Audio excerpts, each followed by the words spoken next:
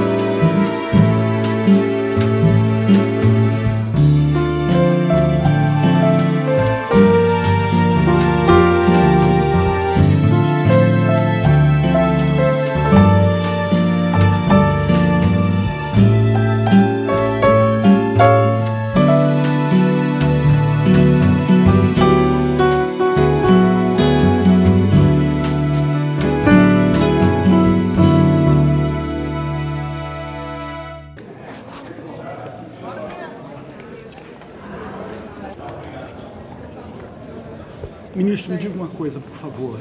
Diáspora sempre foi visto como algo pejorativo. O Brasil vive uma diáspora. Como podemos transformar isso em algo extremamente positivo para o país? Olha, eu acho que a pessoa que imigra, ela leva a sua cultura, mas também absorve muita coisa e pode nos dar muita coisa de volta, tanto no campo científico, no campo cultural, como novas ideias, pessoas que voltam, que fazem suas economias e se transformam em pequenos empresários no Brasil.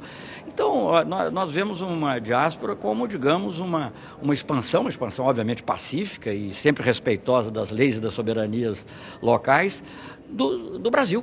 Né, no melhor sentido da palavra, e temos que encontrar formas para que esses brasileiros que estão fora se sintam participantes de tudo o que acontece no Brasil, da política, a cultura, passando naturalmente pelo esporte.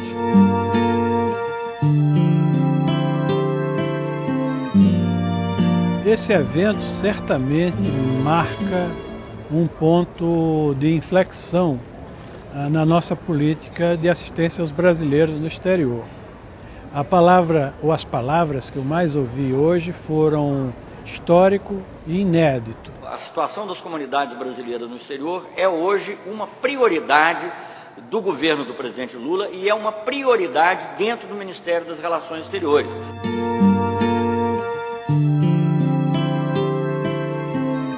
Esta primeira conferência das comunidades brasileiras do exterior está inspirado na convicção de que as comunidades sabem mais e podem mais do que o governo.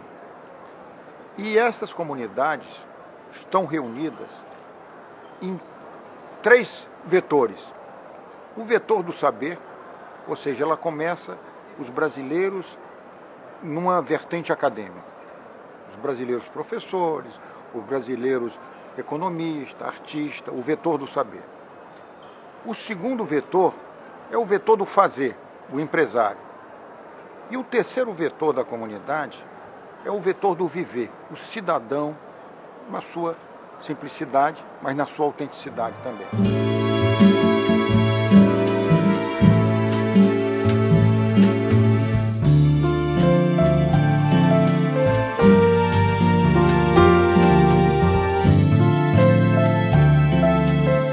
Geralmente, no passado, a diáspora era vista de uma maneira negativa. O brasileiro que deixou o Brasil, que nós perdemos o brasileiro. A concepção dessa já é diferente. O brasileiro tem direito de viver aqui ou viver em qualquer outro lugar do mundo.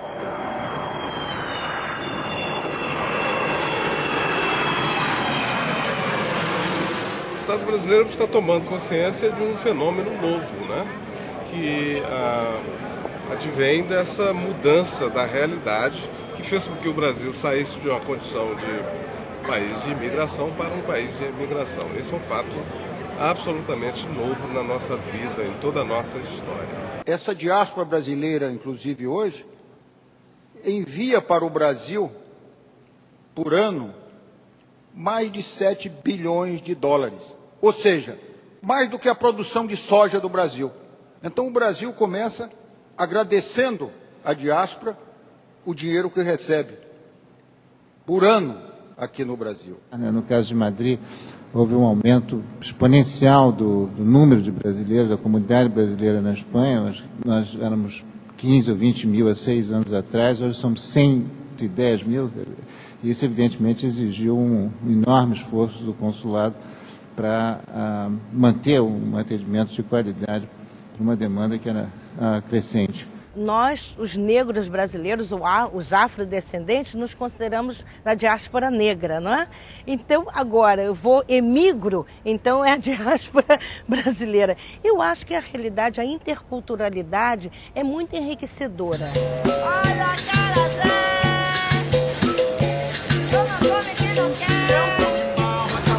Eu acho que o Brasil hoje tem uma perspectiva muito grande, mas eu recomendo todos a saírem, voltarem, andarem o máximo possível, porque hoje em dia o diálogo, conhecer novas culturas é o ideal. A gente tem que aproveitar que hoje a gente consegue pegar um avião e em 12 horas está em Tóquio, em 8 horas está em Portugal, e isso é único na história da humanidade. A gente tem que aproveitar isso, trocar cultura, trocar ideia e trocar amor, né?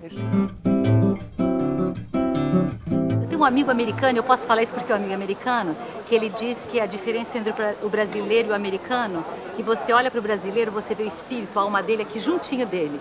E você olha para o americano, você vê o espírito lá longe. Então isso é vindo de um americano, dizendo dessa coisa, desse espírito, dessa alegria brasileira, é muito viva. Essa facilidade que o brasileiro tem de poder resolver questões mais sérias e mais dolorosas com uma certa leveza. O francês não tem essa leveza. Para o francês, quando você pergunta, podemos fazer tal coisa? Ele vai dizer para você, não, é muito difícil. Agora, se você pega essa coisa do brasileiro, ele já vai olhar entusiasmado para você, o olho já vai brilhar e já... Não, vamos sim, vamos lá. Eu diria que o brasileiro, onde ele chega, ele é e deveria ser visto assim por todos os países, como uma aquisição, um ganho para o país onde ele está. Olha, eu acho que o brasileiro sabe se virar. Não interessa qual situação tiver, a gente não precisa de um sistema, de regras, a gente sabe se virar. A gente chega no país, a gente inventa. Se não tem cão, casca um gato. Todo brasileiro carrega na sua mente um projeto ideal de Brasil. E o Brasil real, evidentemente, não coincide. Então, eu creio que aí haveria fazer uma distinção que ultrapassa o Brasil e que é de caráter universal. Povos que coincidem com sua realidade, a despeito dela não ser ideal, e povos que não coincidem com a sua realidade porque desejam o ideal. O francês está sempre de acordo com a França, por mal que esteja indo a França. O italiano, ao contrário, protesta contra a Itália, porque tem uma Itália ideal que não corresponde à Itália real. O brasileiro se aproxima do italiano. Quando eu cheguei lá, a minha percepção do que os americanos achavam dos brasileiros, existia uma ignorância enorme. Algumas pessoas não sabiam que se falava português, algumas pessoas não sabiam que a nossa capital é Brasília, não é Buenos Aires, não é? E muitas pessoas tinham e ainda têm aquela visão do brasileiro como Carmen Miranda, exótico, né? Da mulher brasileira fácil, que usa fio dental. País exótico a gente sempre foi considerado, tá? Uma população de um país exótico e extremamente simpática. Isso a gente sempre foi considerado. Agora, se isso é um elemento de exclusão, pode ser. Isso a gente já pensou muito. O Brasil, país do futebol, do carnaval, ainda existe como imagem lá fora, mas eu acho que a imagem está muito mais diversificada hoje em dia. Há muito mais gente que toma consciência desse fato relativamente novo, de um Brasil como uma potência econômica realmente considerável, um dos BRICS, um país que elevou muitíssimo o seu perfil internacional nos últimos anos. a gente lá na Espanha, a gente sempre faz questão de ressaltar um país com todas as suas contradições, todas as suas belezas perante o mundo, mas também um país onde ainda apresenta um dos maiores indicadores de desigualdade social no mundo. Então isso é sempre forte, é sempre o lado da desmitificação do estereótipo, tal como está construído, e ao mesmo tempo de reforçar umas características pessoais que a gente tem que podem ajudar ao mundo a fazer um diálogo intercultural.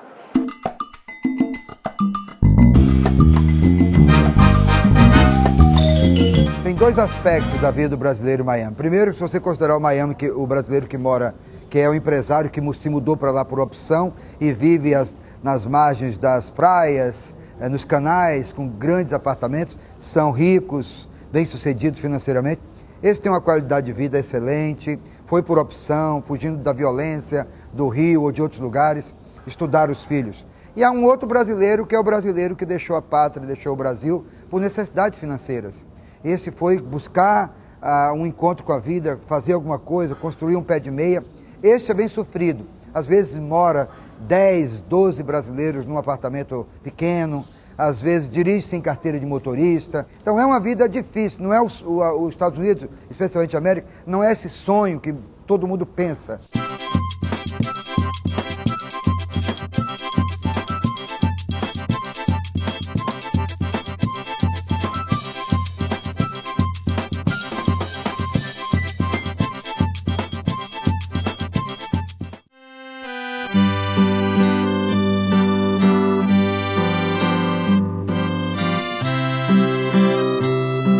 Na fronteira que nós vivemos, a gente não sente a diferença. A gente não sabe o que é Brasil e o que é Uruguai, não sabe se tu estás conversando com brasileiro ou com uruguaio. As histórias são as mesmas, as festas são as mesmas, frequentamos os mesmos clubes, falamos a mesma língua, o portunhol. Então, para nós não existe a diferença. Agora, não nos perguntem em questão de futebol naquela fronteira, quando joga Brasil e Uruguai, que aí a coisa muda muito, muito, muito.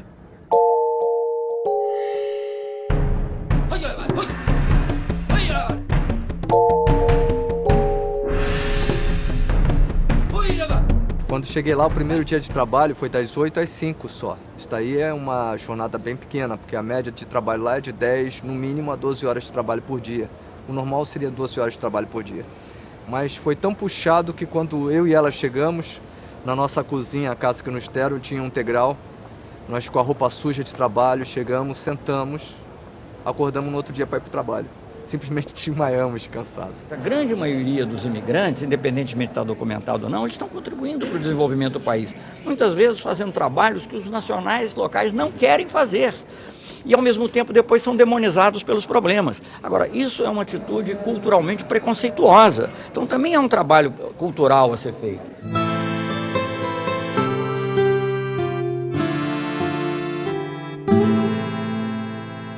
A migração brasileira em Portugal, ela é muito flutuante, ela é volátil.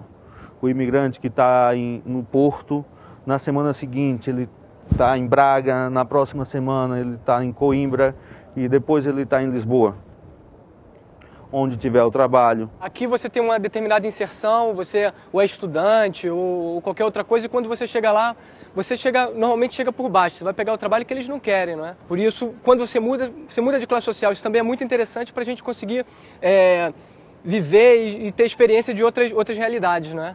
Ali eu fui ser operário fabril, né? Eu saí daqui de estudante de história para ser operário fabril lá, é mesmo isso.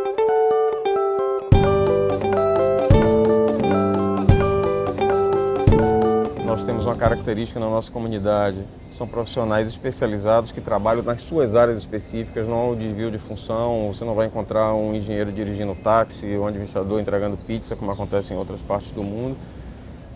São brasileiros que são requisitados e que são transferidos do Brasil para Angola para trabalhar em determinado projeto.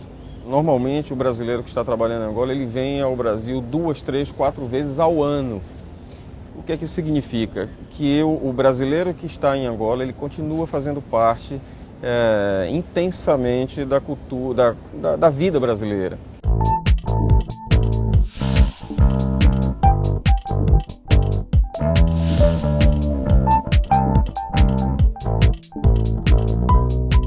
principais problemas que a nossa comunidade enfrenta são a não documentação, alguns problemas psicológicos sérios, violência doméstica, barreira linguística e falta de integração.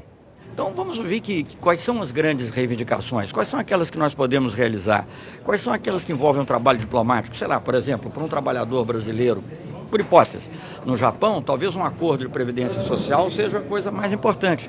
Para um trabalhador rural brasileiro na Bolívia, o problema é diferente, é o problema de documentação, de legalização.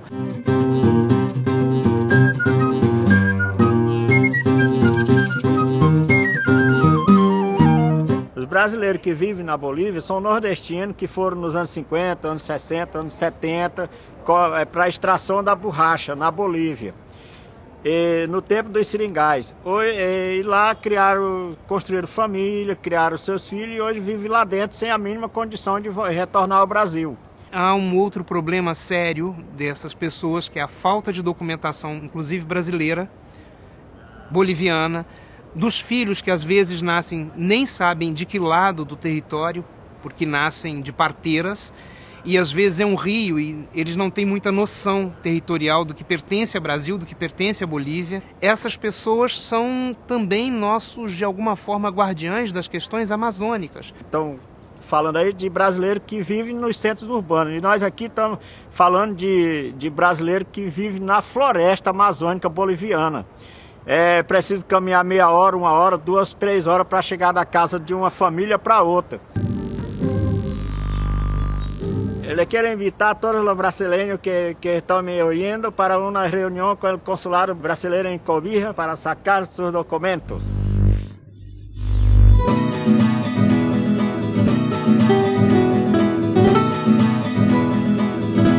Toda a fronteira com o Brasil está ocupada com uma boa porcentagem de brasileiros. É uma vida feita no Paraguai, tudo porque nós começamos no mato, nós fomos comprar terra para trabalhar a terra. Então tudo que está lá feito, foi feito pela gente, tem participação da gente, da família. E daí a gente se sente em casa lá. Eu, apesar de ser brasileiro, não me naturalizei, mas eu me sinto paraguaio. Falamos em torno de 300 mil brasileiros hoje presentes no Paraguai, dos quais a Direção-Geral de Migrações calcula que 50% estão indocumentados. Portanto, há um projeto de lei que o senhor Otto Agripino ontem já mencionou, que é a lei de Mercosul, sobre o tema de migrações. Normalmente os brasileiros no exterior são muito trabalhadores, organizados, é uma imigração séria, isso eu posso dizer até por testemunho pessoal, que se integra muito bem nas comunidades locais, não se formam nenhum tipo de guetos, os brasileiros são extremamente responsáveis no exterior, então, e procuram realizar, e normalmente são bem-sucedidos, em geral, quer dizer, lógico, tem situações mais estrúxulas, mas em geral, o migrante brasileiro é um colaborador da comunidade a qual ele se destina. Vale dizer que uma empresa de seguros da Holanda, grande, a maior da Holanda, fez um comercial falando sobre... Era um comercial que tratava sobre limpeza dentro de uma casa. E eles pegaram 2 brasileiras conversando em português num comercial holandês, deixando claro que se tem alguém que faz o serviço bem feito, de confiança, são as brasileiras. Eu me senti um pouco tímida. Eu nunca fui uma pessoa tímida e quando eu cheguei lá eu tive essa timidez de achar que os americanos não poderiam achar que eu não era tão boa quanto o americano, eu estaria competindo com o americano. Então eu senti essa insegurança. Tudo que você conhece dos Estados Unidos, você vê em filmes. E quando você cai na realidade, Hollywood é uma coisa, a realidade americana é outra. Então a primeira coisa que eu fiz foi comprar uma bola de futebol e colocar um anúncio numa loja brasileira, que teríamos futebol segunda-feira à noite. Eu não conhecia nenhum brasileiro, ninguém. 7 horas da noite, 7h15, já tinha 22 brasileiros para a gente jogar, fizemos 2 times e por 4 anos liderei esse futebol, chegamos a ter 6 times e é um grande momento de confraternização. Nós somos bichos ligados a essa aqui embaixo, que chama terra, né? E essa terra tem essa planta, e essa planta tem aquela comida. E tudo isso formou o nosso pensamento e a nossa carne. A gente chega lá, não tem nada nem para animar o pensamento, nem para alimentar a carne, porque é tudo diferente. Até você se adaptar, demora. Você tem que bancar o estrangeiro, não pode comer a sua comidinha, não pode fazer o seu namoro no modo brasileiro. Tudo é diferente. E quando nós achamos que tudo é diferente, o corpo sofre. A primeira coisa que a gente chegou lá, principalmente há 17 anos atrás, você não via um casal de mão dada. Isso aí seria um grande escândalo. Então o casal não podia andar de mão dada, não é? Era impensável. Então esse tipo de coisas para nós foi bem difícil. Eu já não sou hoje o brasileiro como eu saí e jamais serei um alemão como Hans Müller. É o preço que você paga quando você migra e fica. Então você fica nas duas coisas, nas duas culturas. O brasileiro é brasileiro porque tem uma certa forma de ver o mundo e de conviver com o mundo. E de se expressar nesse idioma que nós estamos usando. Quando o brasileiro vai para o exterior, ele passa a viver num outro ambiente. Então a manutenção do vínculo do brasileiro do exterior com o idioma português e com a cultura brasileira é também um aspecto muito importante. Só na Suíça, por exemplo, existem em 9 cidades diferentes voluntários que dão aulas de português, história do Brasil, geografia do Brasil, para crianças que nunca nem vieram aqui. Isso é coisa do imigrante que quer participar, que quer fazer algo pelo seu país, pelas suas origens, pela sua cultura. E como eu sempre converso com meu filho em português, inclusive no carro, com um amiguinho, eu conversava com meu filho em português, o menino em inglês, e o menino todo intrigado perguntou: essa língua que vocês falam? Aí eu falei: é português. Ele falou: essa língua que vocês falam, se fala onde? Aí eu expliquei: a gente fala no Brasil, fala em Portugal, em diversos países da África. E quando eu terminei a resposta, o meu filho esperou alguns segundos e disse: não, mãe, você esqueceu um lugar, fala-se português aqui na Virgínia também. Eu me emocionei tremendamente, queria descer do carro, encher ele de beijo, falei: puxa vida, vale a pena, tudo que a gente planta é isso que a gente colhe.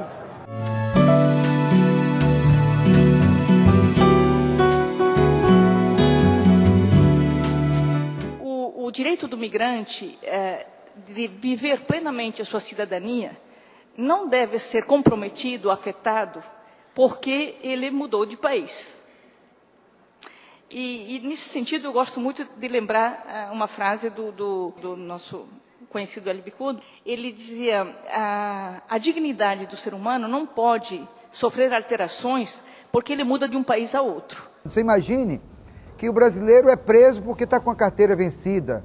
E ele é jogado na cadeia, na prisão, fica lá 5 dias, 10 dias, às vezes de lá encaminhado para outra prisão, que é a prisão de deportação, de imigração. Por lá, às vezes, passa 3 meses, 6 meses, só porque tinha uma carteira vencida. E é isolado da família, dificilmente o advogado tem acesso. Então, direitos humanos são, por incrível que pareça, uma das prioridades dos brasileiros nos Estados Unidos. O problema do Japão é que não há uma lei que proteja os direitos humanos dos estrangeiros, especificamente dos estrangeiros. Os direitos estrangeiros, pelo governo japonês, está limitado ao status dele, dentro do país. Então, eu trabalho dentro de um grupo para expedir uma lei contra a discriminação racial dentro do Japão e uma outra lei que seja de proteger os direitos dos estrangeiros, proteger os direitos humanos dos estrangeiros.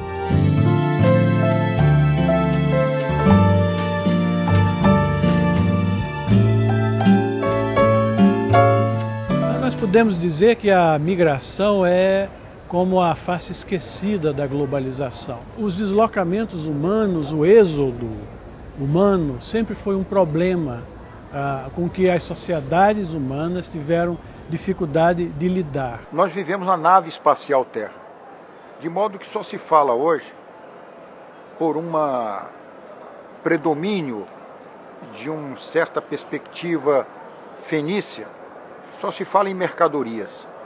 Então nós defendemos a livre circulação de mercadorias e não defendemos a livre circulação de pessoas. Que absurdo você defender mercadorias e não defender as pessoas.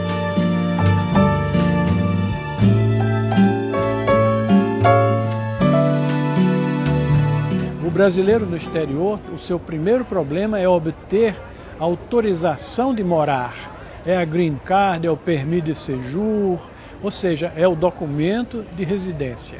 Esse é o problema fundamental. Há uma questão que não foi tocada, que eu acho que é de interesse macro. Metade, em termos demográficos, da qualquer imigração, no mínimo, é feminina. E eu acho que no caso brasileiro, mais do que isso. No caso italiano, lá no Consulado Geral de Milão, nós damos por dia 10 nada osta, que é o documento que permite a brasileira se casar. Isso é um péssimo indício. E, evidentemente, há casamento industriados, pagos, coisas assim, gente iludida. Há problemas com a justiça na hora do divórcio com as crianças, porque a justiça dá ganho de causa, inevitavelmente, para o marido italiano. Há problemas de prostituição que são clamorosos em vários países na Europa. O problema maior são os problemas da irregularidade, o problema da prostituição, que a prostituição não é um problema, o problema é mais a exploração a esse fenômeno de prostituição. Porque na Itália a prostituição não é proibido, a pessoa com o corpo pode fazer aquilo que quer, mas é proibido explorar.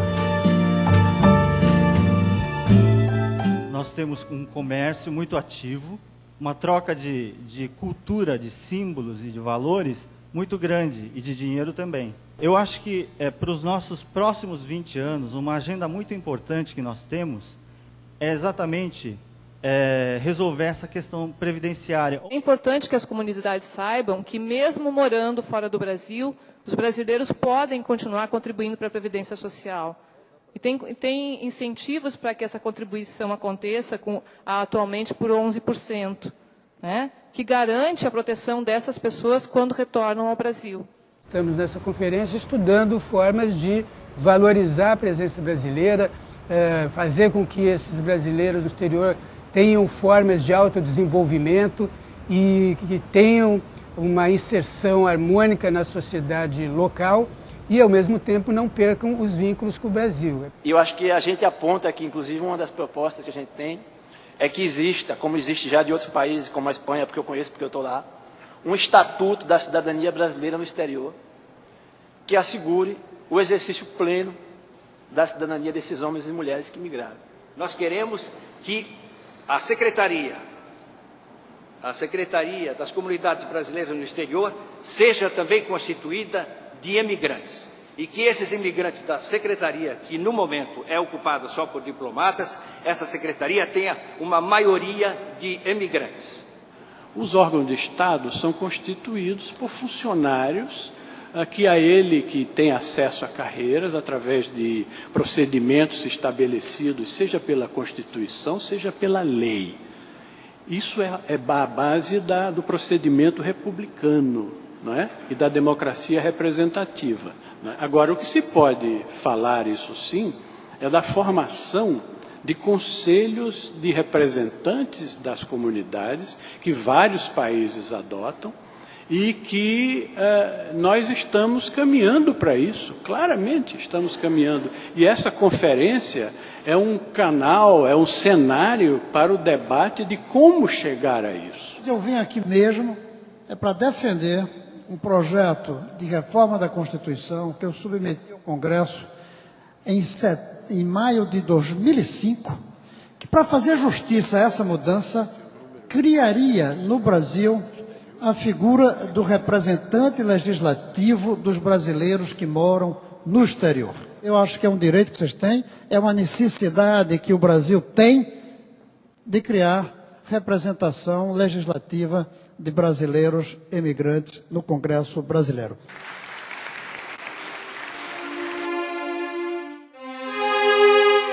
É interessante hoje ver o crescimento, sobretudo da comunidade de brasileiros no exterior, que inicialmente, como qualquer comunidade de imigrante, se organiza em torno das igrejas, mas que aos poucos organiza sua própria sociedade civil, se assim podemos dizer.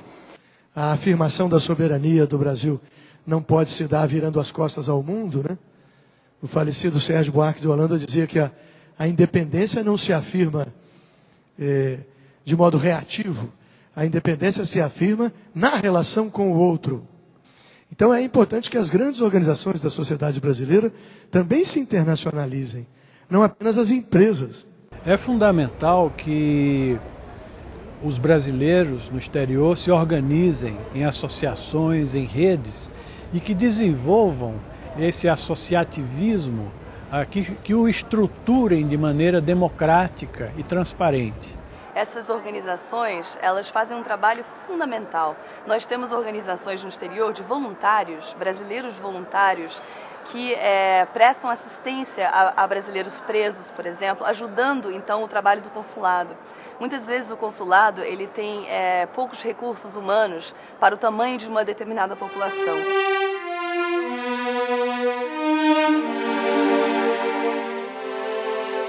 O Centro Cultural nasceu pela necessidade do fluxo enorme de brasileiros que entraram nos Estados Unidos pelas fronteiras.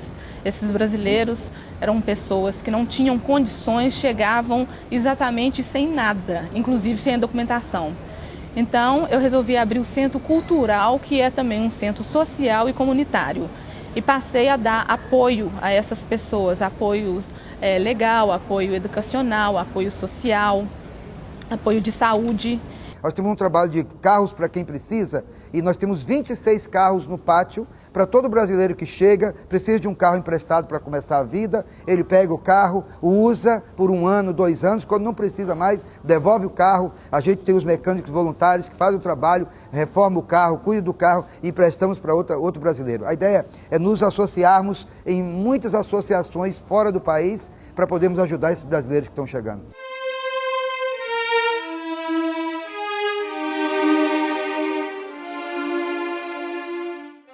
Quanto à mídia brasileira no exterior, que é conhecida no jargão dos jornalistas como mídia étnica, algo que eu não sabia, aprendi esses dias, ela é também de fundamental importância porque ela ajuda a congregar brasileiros, ela ajuda a circular informações de interesse das comunidades brasileiras, né? Que inclui sites, inclui programas de televisão, inclui jornais.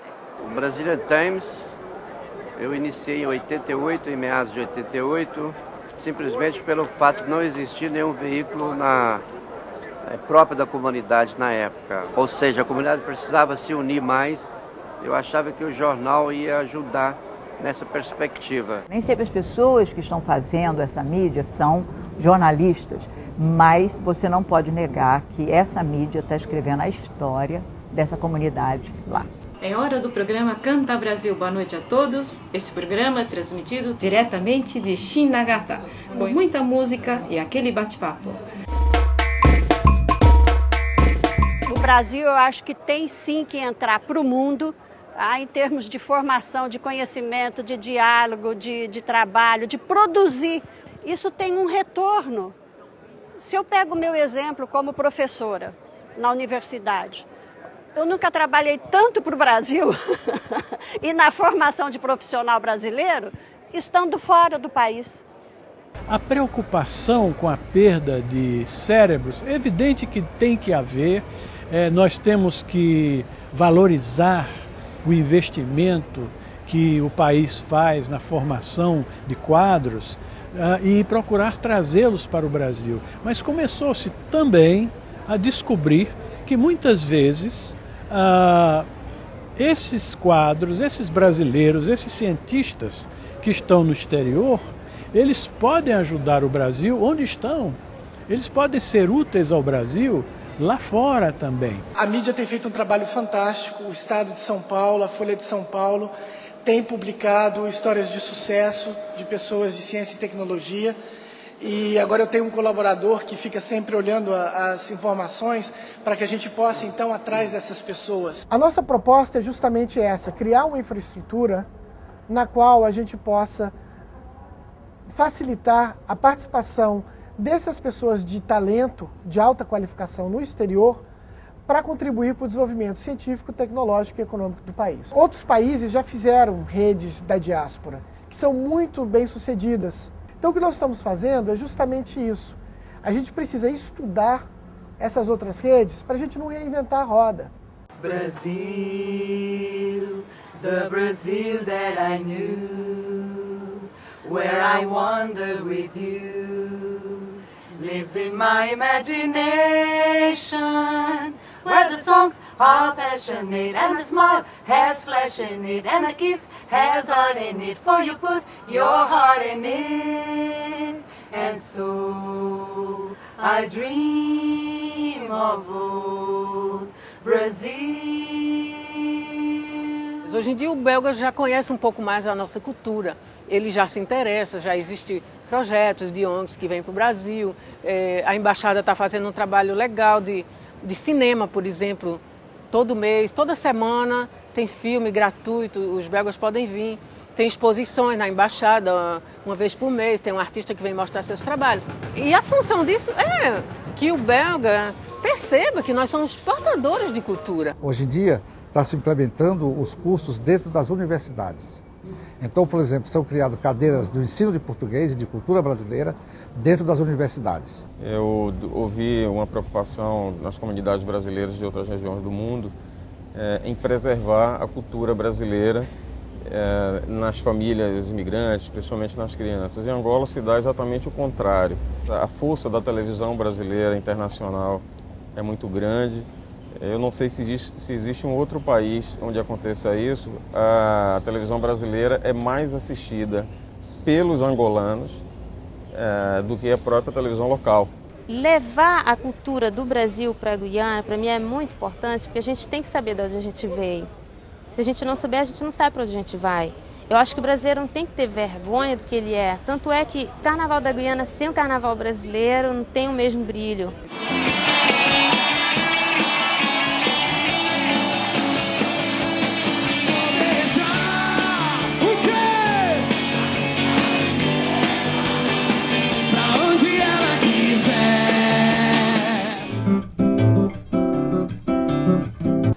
Os abaixo-assinados, participantes da primeira Conferência das Comunidades Brasileiras no Exterior, consideram insuficiente uma simples ata dos debates realizados nos 2 dias de reuniões e pedem a constituição de um grupo de trabalho eleito e integrado equitativamente por emigrantes da América do Sul, do Norte, Europa e Ásia, e com poder institucional para funcionar como um órgão representativo da imigração brasileira.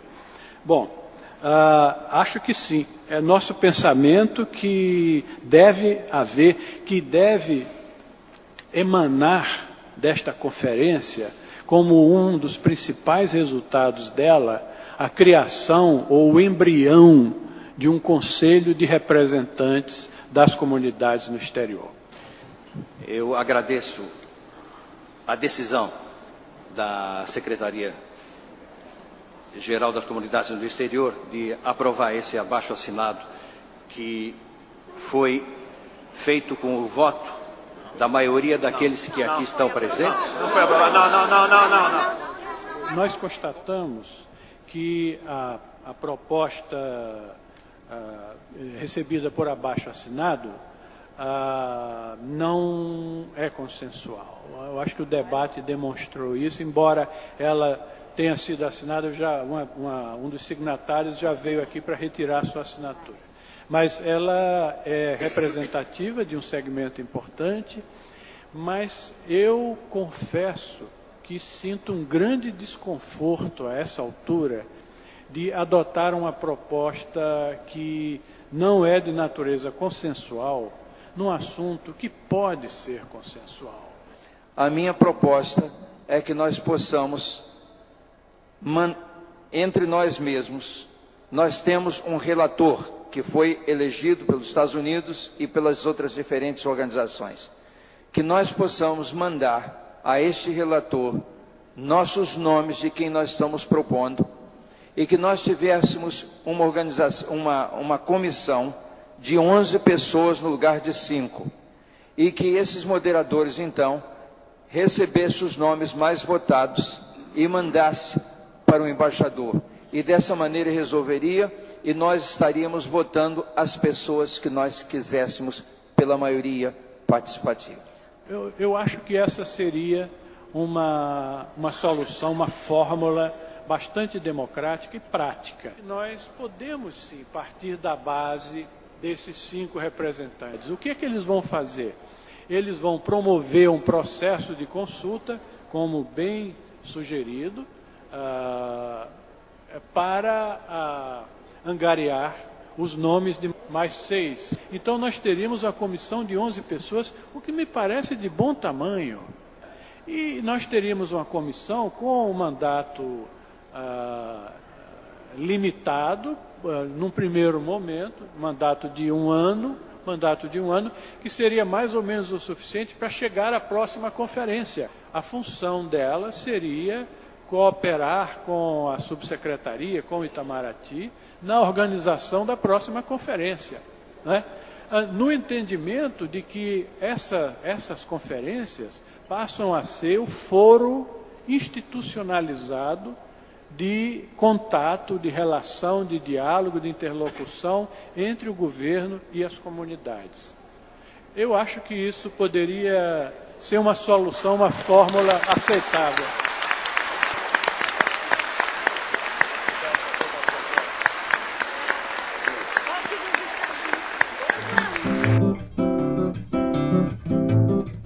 É um momento histórico, realmente é histórico.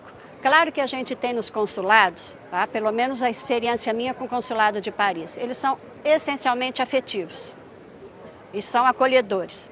Tá?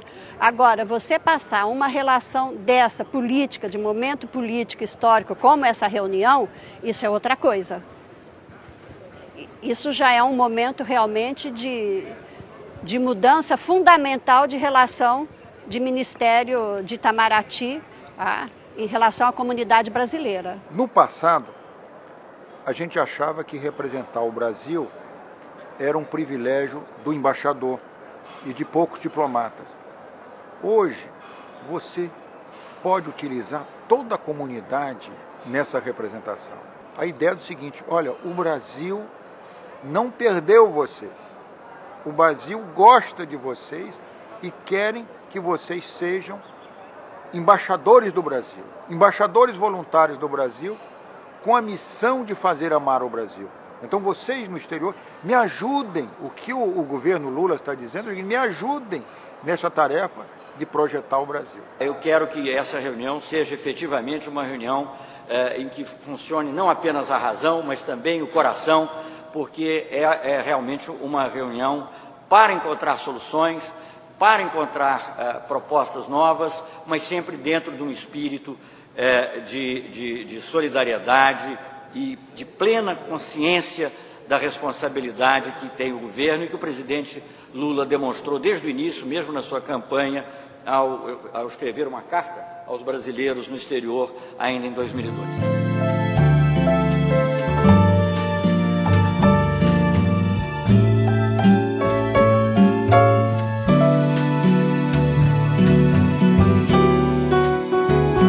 Gostaria de terminar pensando no futuro, pensando nas realizações, nas conquistas que nós realizamos nesta conferência.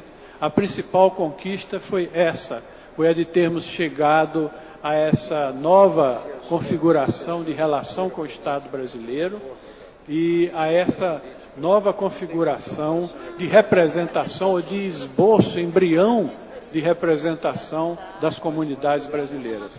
Agora só temos que pensar no futuro e começar a preparar a segunda conferência Brasileiros no Mundo. Até à vista.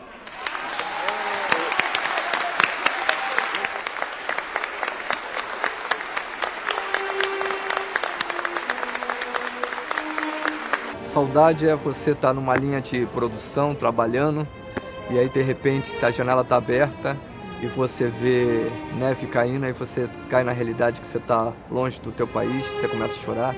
Ou então depois de um ano e pouco que você está no Japão, praticamente só com japonês, você escuta passar uma tarde em Itapuã e não tem como você segurar as lágrimas, você fala, poxa, isso é saudade. Então eu quero mandar um beijo pra minha mãe, pro meu pai, pra minha tia. Isso deve ser na televisão mesmo? Eu não tenho a saudade patriótica do Brasil. É a saudade de emoções, de vivências. É saudade das referências que lá eu não tenho e as reproduções delas lá são muito ruins. Então, a saudade, por isso eu venho todos os anos, para realmente satisfazer essa saudade, ou matar essa saudade, que é uma expressão muito bonita, né? Somos assassinos, matamos as saudades, né? A todos vocês que estão morando no Japão, eu sei que a saudade é bem grande, mas queremos dizer a vocês que vocês se esforcem e se esforcem. The Brazil that I knew, where I wandered with you, lives in my imagination, where the songs are passionate and the smile has flesh in it and a kiss has heart in it, for you put your heart in it. And so I dream of old Brazil. Oh, where hearts were entertaining June, we stood beneath an amber moon and softly whispered someday soon we kissed and clung together. Then tomorrow was another day. The morning found me miles away, with still a million things to say. Now, when twilight dims the sky above, recalling thrills of our love, there's one thing I'm certain of: Brazil, for me, for you. Brazil, for me, for you. Brasil, Brasil!